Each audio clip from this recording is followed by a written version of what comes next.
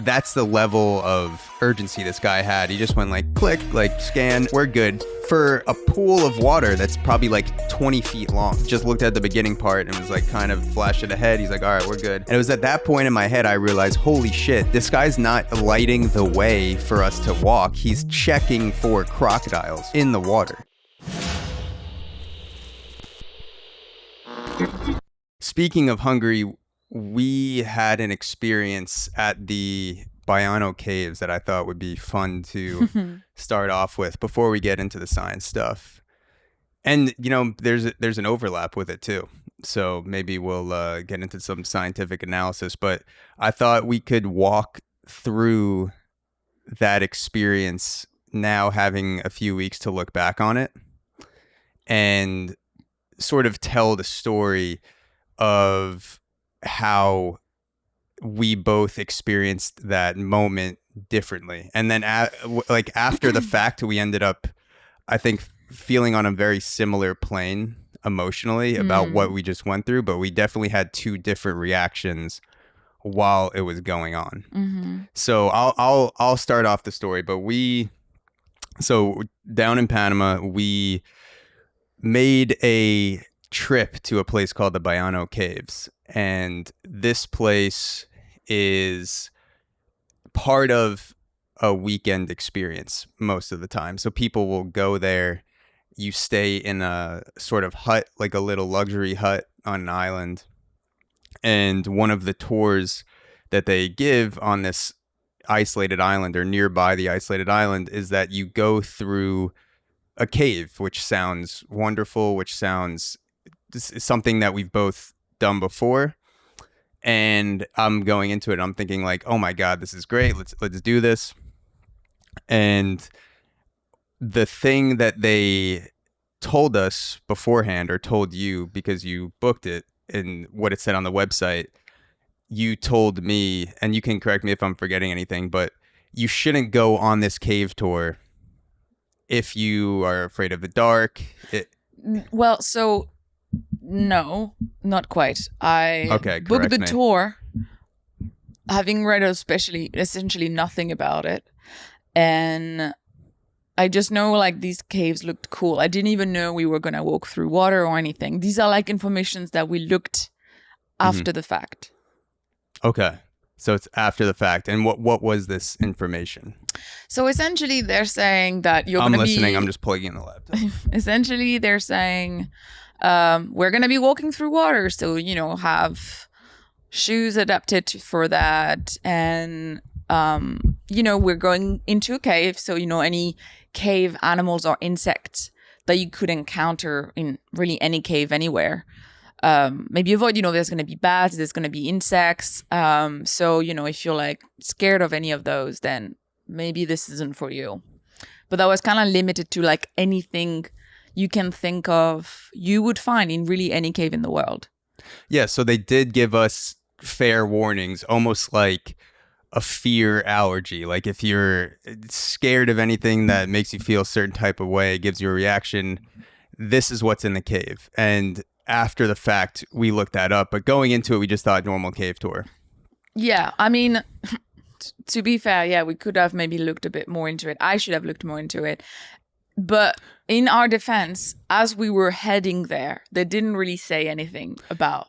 And if we did look more into it, the thing that we're going to go into was not, or things were not listed on the website as any sort of or warning. Anywhere else, because we also looked at people's comments on their experiences of the Baiano Caves in other websites from other tours. And like this information was not encountered anywhere.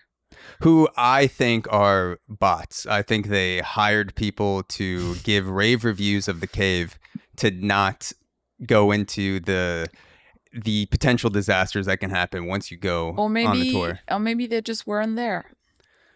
What do you mean they were like maybe when they emotionally like they just like you, because I started dissociating when this happened. So emotionally I wasn't there, but physically I was walking through the cave. Okay. But let's we'll take a step back. So we arrived to the island. Hey, people are like, what did you encounter? Aliens or something? Yeah, it's like oh my, he's about to go into like his his like abuse story when he was a child. This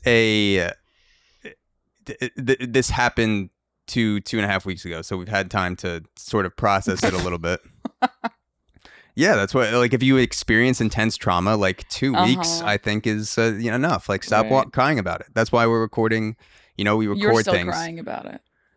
Well, I stopped crying about it right before we press record, and I'll take a break in the middle of the podcast to cry about it, but I'll say I'm just going to go to the bathroom real quick. After we get into what those things are, we'll have to talk about you waking up in the middle of the night with nightmares about it. So that's true. You remember my dreams and nightmares much more than I do. But I feel like you need to tell people now what it is. People are confused. So I'm going to lay it out.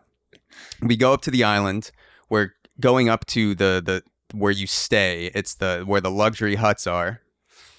As we're pulling up to the island, we see probably a 10 to 12 foot crocodile crawling up to a garbage can, and the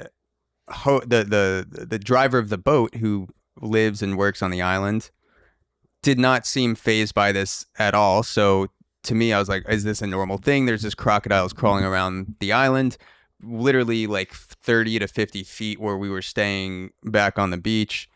And we asked the guy in broken Spanish, because no one really spoke. And one guy spoke English on the island, but this guy spoke Spanish. So we were like, what are these? And he was saying, they're crocodiles, but a type that you find in Panama. So there's two types of crocodiles that you find in Panama. There's the American crocodile, which is the same that you find in America, and the caiman. And the caiman are the smaller ones, and then tend to be a lot more aggressive than the crocodiles. And so overall, American crocodile are not really famous for, especially freshwater crocodiles, are not well known for attacking humans. Yes. So these are the ones that are not well known for attacking humans. Mm-hmm. And that's what the driver, the captain, was trying to express to us, that they're not known for it.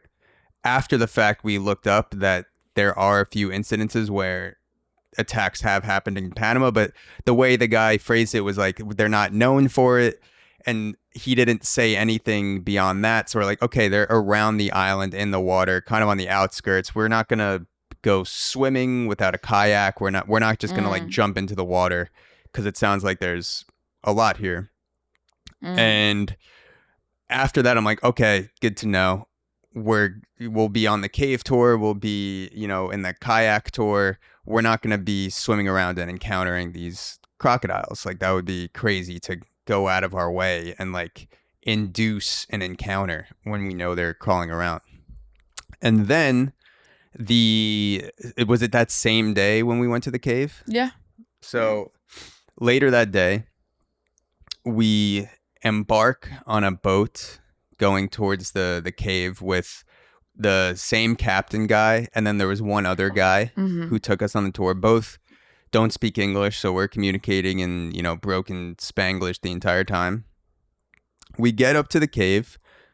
We start walking into the cave, and I should note that the guy in front, who's the leader, who's gonna take responsibility if someone gets lost or if anything goes wrong, he has a flashlight. That is it. No knife, no, like, just a flashlight to look around with. In a normal cave, that would be fine. Like, there's just bats. It's dark. As long as you have a light, you'll be good. Probably 30 seconds into walking into the cave, we see a crocodile to our left swimming in a little pool, just kind of like paddling a little bit. But the way I would describe it is there are ridges in the cave, a couple feet high, and the ridges separate pools of water. So there's a main pool of water that we walked through down the middle that got chest high at certain points. And then off to the side, the ridges separate gaps of kind of like these baby pools. And in one of the first baby pools we passed on the left, there is a crocodile that was probably a similar size to the one that we saw on the island, like 8 to 10 feet. And I'm like, okay, like, I did not know this was going to be a thing. The guide isn't even telling people to, like, oh my God, there's one in the cave, where he just sees it and we start walking past it. Yeah, because also like if it was, oh my God, there's one in the cave, people would freak out.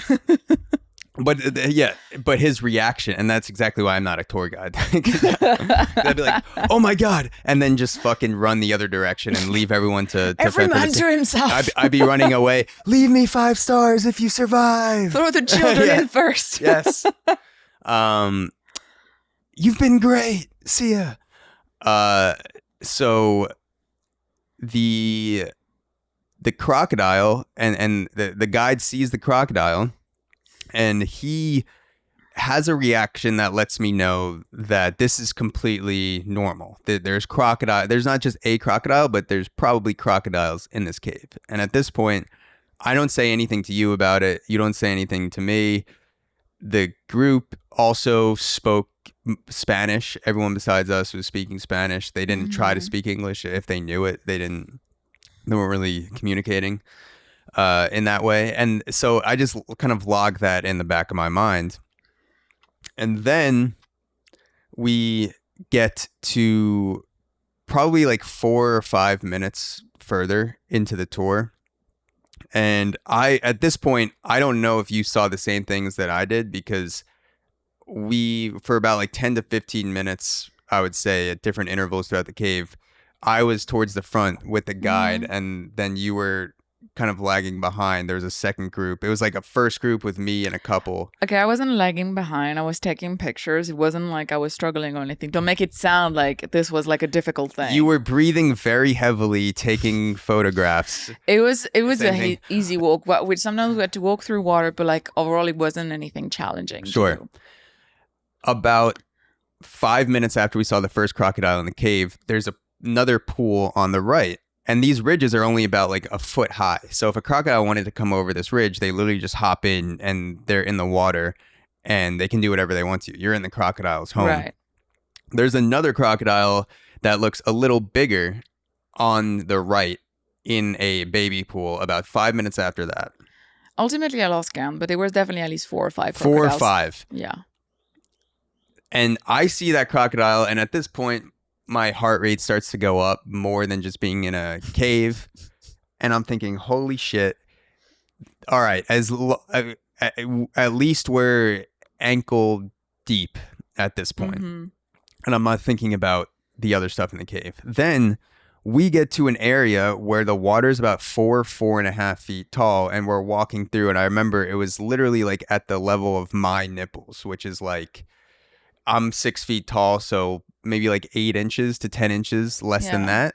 So just about 5 feet of water. And before we go in, because I started walking ahead of our guide a little bit, because I like saw the crocodile behind us, and I wanted to like go forward a little bit. It kind of freaked me out. And the guide puts his arm out and just goes like, no, like not yet. Kind of like said something in Spanish, like a command, like stay there. And I was like, oh, okay. And then he takes his flashlight, and this is the first deep pool that we got to, and he's looking in the water, checking for crocodiles, as if that is going to help us out, because I'm looking at the same water he is, and you can only see about a foot deep with the flashlight. You can't see. This is not the beach water. This is like murky cave water. The water was pretty clear. But you can't see. It's not like you're looking into but blue it's dark. water like exactly. Like we're in a cave. It's dark. It's not postcard water. No, and I mean we're in a cave, so it's dark to start. But I mean, he couldn't see past a foot down. The thing is, they like keep telling you, they don't attack humans and stuff. But like I feel, and that's something that we've talked about, is even if they don't overall attack humans, it's like anything, even myself, if you step on me, we'll see what happens. I'm probably going to react one way or another. So like, I get that they're checking. It's like, it's fine to walk alongside them as long as we don't bother them. Like, like if you swim with a shark, if you don't behave weird, you're fine. The shark's not going to attack you unless it's like really desperate and stuff. So I think and I mean, sharks are known to attack humans. So I think in that sense, and so I was indeed further behind, and then I finally catch up to you and I'm like a big smile on my face. I'm like, I don't know about you, but I'm having the best time. And you're like looking livid, being like, I don't know if you're aware of the situation here. That was after we walked through the deep part. So okay. First, I just want to describe my experience of walking through the deep part so you can see the different type of personalities we have. And then listeners can wonder how we haven't broken up yet. So I'm going through... after this guy's looking with a flashlight that I'm seeing with my own eyes, and this guy doesn't have supervision. I know you can't see to the bottom. And he kind of just gives it like a casual sweep. Like if you were in your backyard and you heard a noise and you had a flashlight and you were by a fire or something and you like just casually check the bushes and you're like, oh, it's a raccoon. That's the level of urgency this guy had. He just went like click, like scan, we're good. For a pool of water that's probably like 20 feet long. He just looked at the beginning part and was like kind of flashed it ahead. He's like, all right, we're good. And it was at that point in my head, I realized, holy shit, this guy's not lighting the way for us to walk. He's checking for crocodiles in the water. Mm-hmm. And so I'm walking through a 5-foot pool of water the entire time thinking, and the next step I take could be the last step I take. Stepping on the head of a crocodile, or maybe there's like a baby that's swimming around and I accidentally kick it and the mom just like fucking snaps at my leg and drags me under. We have zero defense because we're in the home of the crocodile where it moves the fastest, where it's the deadliest, which is in water. It just drags you down, thrashes you, tries to break the bones of its prey, like snap its neck, snap its back, and you're done. Like there's nothing you can do at that point. And this guy has a flashlight. He has nothing. So every step, I'm like slowly taking steps, step by step. And we get to the other side of the pool and I like jump out. I almost like lunge out of the other side of the pool. And I think you were behind me at this point. And that's when I started to say to you, this is so fucking stupid. Like, this is the dumbest, and I'm not exaggerating. I turned to you and I was like, this is the dumbest fucking thing we've ever done. Like, this is just retarded. I'm pretty sure I said, like, this is retarded. Mm-hmm. This is so stupid. We're literally, and I said this in the cave because I'm always thinking of content. I'm always trying to, monetize my experiences because I can't just be in the moment. I have to be a human that's like, oh my God, like, let's turn this into a podcast moment. And I'm like, I turn to you and I say, this is the type of thing that I would record a podcast about and laugh at this person. Like, oh my God, a person went to a cave of crocodiles that's infested with them and then got killed by a crocodile. Who would have saw that coming? That's crazy. And I'm telling you this after that deep pool. Do you now want to talk about what was going through your mind during that same experience so we can parse out the differences? All right. Well, so we were told that they don't attack humans and they seem to be, chilling, doing their own thing. And maybe there was a point in my life where I would have been like, we're walking in a river that's filled with crocs. Like, what is going on? But I was like, this is super cool. So my dad is a speleologist. I don't know if this is how you say it. Isn't it spelunking? Speleologist. Okay. Oh, well, anyway. Caveman. Yeah. So I grew up going through caves that were like at different levels of technique, and so I love being inside caves. I think it's so fun. So, and like you're going through water and stuff. So like from a pure cave experience, I was like, this is awesome. This is beautiful. This is super fun. And there were like all these really cool wildlife. So there were crocodiles. There were these poisonous dart frogs that were super class. And so many bats, like thousands of bats flying at the same time. Like it was like a really epic experience. I absolutely loved it. And I didn't feel like it didn't even cross my mind like, what if a crocodile gets pissed off and then just starts attacking someone? So I was having an absolute blast. And then I catch on to you and you're like, yeah, this is retarded. Like I've seen videos of people dying doing things like this. And I'm like, you're not wrong. I just want to say that for context for also how much I'm freaking out.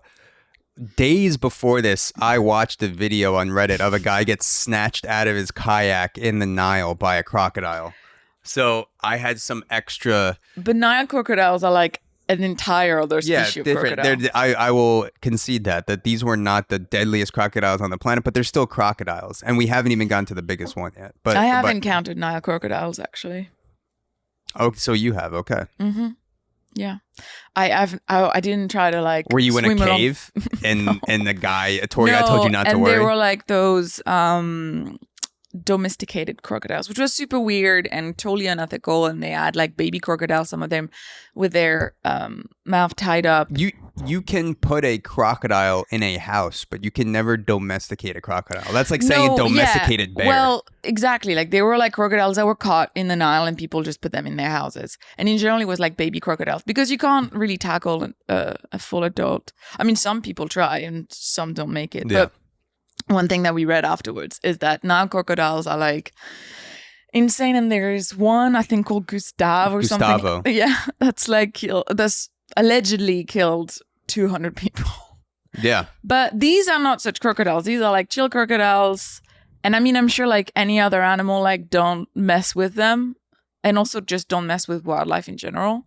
But they were like chill. So I was having fun. So I will say that, yes, based on what we read after the fact, that these crocodiles are less aggressive than Nile crocodiles. Mm-hmm. But if you take any animal, no matter how chill it is, and you enter its home and you even touch it, or let alone like step on its head or step on its tail, that animal will, at the very least, be super pissed off. Yeah. And understandably, in many circumstances, attack you. Yeah. And it's the even a raccoon. Yeah. The analogy that I made after the fact was bears are not known to attack people. That's true. At most, almost. It depends. But black bears. But 90. True. But the grizzly bears, not so much. But still, the overwhelming majority. There are thousands and thousands of bear encounters every year, and it's like single digits in the number of those encounters that end up in an attack, and even less for death. And that's you walking on a trail, you're going through the wild, and you happen to encounter a bear. Now, if you went into a bear's den and were just walking around in a bear den with, 7 to 8 bears, that is totally different than just encountering a bear in the wild or encountering a crocodile in a river. And we literally went into the home of the crocodiles and were...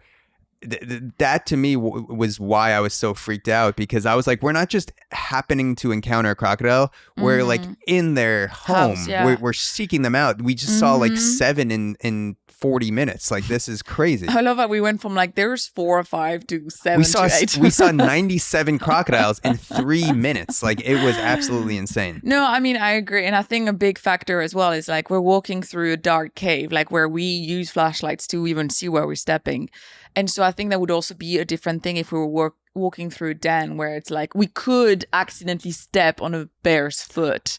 What if we were just hallucinating in the dark and there actually were no crocodiles in the cave? Like, when you close your eyes and you kind of see shapes. I was just, my fear was just projecting crocodiles onto the cave. I have videos of the crocodiles that were like, they were flashing their flashlights at them. But like that, and that's the thing too is, I mean, they're flashing their flashlights at them, which is probably not ideal either. They probably don't love that. And I mean, I'm sure you were going to get to that point. And so the entire time I'm like, I'm trying to be like, don't worry, we're fine, and still enjoy myself. But like at the very end, there's this massive, like the biggest crocodile that we've seen so far.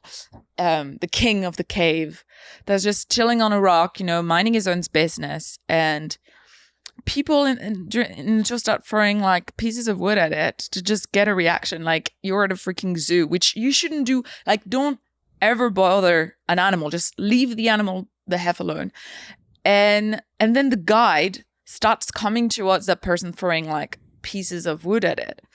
And I'm thinking, like, I'm trying in my broken Spanish as well to be just like, what are you doing? Like, stop this.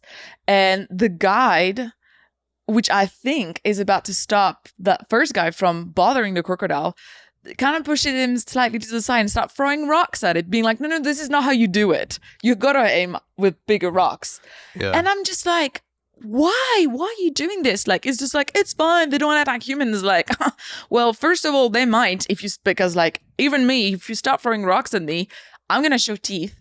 And also, just leave wildlife alone. That's just so disrespectful. That's just so messed up. Yeah, that was the moment that brought us onto the same page, because after we reached the end and then came back, I was still like, this is so fucking stupid. Like, it's almost so stupid. It is hilarious how dumb this is. And then you were, I was trying to find it funny so I didn't freak out, because that's the type of brain I have. I'm like, I can't find something funny and be scared at the same time. So I try to like make fun of the shit that I'm scared of in the moment to sort of diffuse my fear. And I also was having a as good of a time as I could have in a crocodile infested cave. And so we turned back. You were looking whiter than you are though. That was just the flashlight. So we turned back. We're still like, I'm still like, this is so fucking dumb. And you're just like, relax, whatever, just have fun. I'm like, all right, I'm trying to relax. It'll be fine. Hopefully the same way out, a crocodile hasn't jumped over into one of the pools we're about to walk through.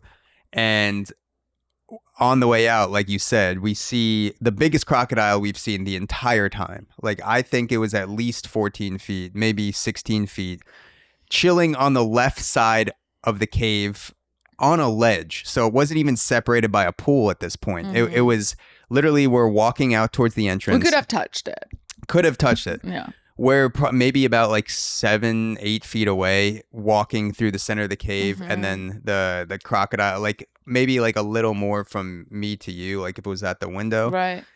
And it's a 16-foot crocodile. And now at this point in my brain, I am thinking a little bit along the lines of, okay, these crocodiles do seem more chill. We didn't encounter one. Like, I'm starting to think this is normal, just based on the vibe of the tour, which is not. It definitely was not normal. Definitely still dangerous. But then, like you said, that other guy on the tour with us, I think is like Panamanian. At least it's from like Latin America. Yeah, for sure. Yeah. Picked up the stick, like threw it, went to go like throw it back a little bit, and then the guy stopped him and, like you said, was like, no, do this instead. And not just rolled a rock towards a crocodile, but like bounced it off them like you would underhand a baseball at someone to catch it when you're trying. Like, if you had a 5-year-old son and he was standing 8 feet away from you and you were trying to play catch without like throwing it overhand, he did that with a baseball sized stone and bounced it off the crocodile, the middle of a crocodile, on a fly. And that's when I looked at you and I was like, let's get the fuck out. Like, let's just keep walking through the entrance. If this guy wants to get himself killed, that's fine. And the crocodile I saw it move a little bit, but then I just kept walking with you. And I think you were like looking back at it from the entrance of the cave to see what would happen. And then eventually the guide was like, whatever. And I kind of wish that it snapped an arm off of that one of those guys bothering it. Me too. I think if it snapped the arm off of the guy that it was bothering, he would have picked up his arm and threw it at the crocodile and been like, look, this is how you do it. If the crocodile snaps your arm off, you can always pick it up and throw it at the crocodile. Yeah, you could use it as like a weapon. But yeah, so that was... It really pissed me off. It's just, not only it's incredibly stupid and dangerous, it's, even from like the chillest animal on earth, it still has like, I don't know how many teeth, but a lot of them. And also from the point that it's just like, don't fucking bother wildlife. Don't be disrespectful. Don't throw stones at wildlife to get a reaction. Like, this is not like a fucking monkey puppet or whatever. Oh, I mean, obviously don't throw rocks at monkeys either, but like, it's no, throw rocks at monkeys. It's not a toy. Like, it's not there for your entertainment. I just thought that really pissed me off. I really enjoyed the tour to that point, and it did seem, like, maybe we should be more worried about this, but if it were not, and we looked it up afterwards, like, attacks from crocodiles in Panama are incredibly rare. It's almost impossible to get killed or attacked by a crocodile, like a freshwater crocodile. Still, seawater crocodiles are something else. But like in freshwater, which was where we were, they're fine. But it's just, like don't bother wildlife. Yeah. I would have left a 5-star review on the tour if I did see that the tour guide get attacked and I was able to like, I wouldn't want him to die, but I would want like a scare. At least a finger or two enough. gone. Yeah. At least not a full limb, but definitely parts of the whole. Yeah. So that he would learn a lesson, maybe be a little less cautious going on future tours. And it also made me realize that, you know, I'm from New York. I'm from America. You're semi-Americanized, like Western Europe, lived in America. Mm-hmm. We have different expectations than other parts of the world when we go on tours. We go to a place and we expect that it's going to be, you know, safety precautions. People are going to take care of stuff. I don't know. I'm kind of used of like really limited safety precautions. Like I've been. Well, I'll say for me then. Like right. if I'm going on a tour in America. Don't put me in that basket. When I go on a tour, like a bougie tour in New Orleans or, you know, wherever it is, there are different standards of safety. If that tour was in America with the Baiano Caves, it would get shut down in 48 hours. Like someone would be like, this is fucking insane.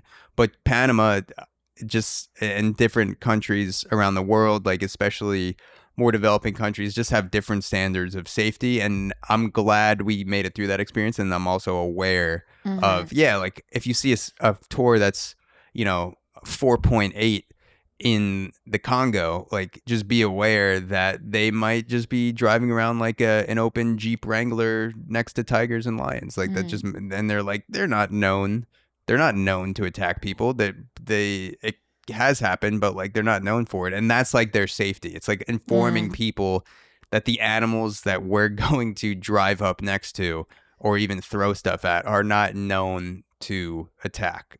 So we could do whatever we want, essentially.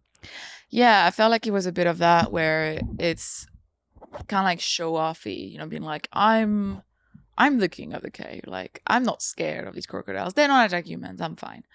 But regardless, even if it is, like I said, the chillest animal on earth, let's say it doesn't have teeth, that like even if it did try to attack you, you had nothing to be scared of.